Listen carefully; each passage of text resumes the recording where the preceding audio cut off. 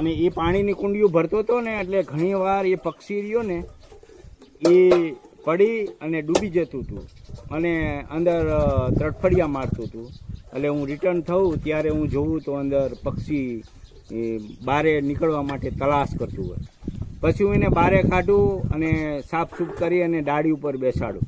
ત્યારે મને ગવર્મેન્ટ નોકરી નથી.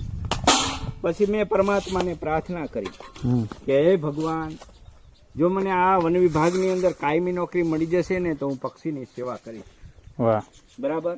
અત્યારે પરમાત્માએ મને બધું આપ્યું અને જો હું આ ભૂલી જાઉં તો હું કુદરતનો ગુનેગાર થઉં.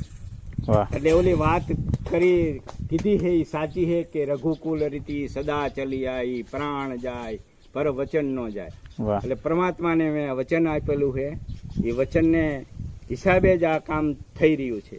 અને આ કામ જે રહ્યું એ ભગવાન કરી રહ્યો છે, એ ભાવથી થાય છે. મારાથી આ કામ થઈ શકે નહીં.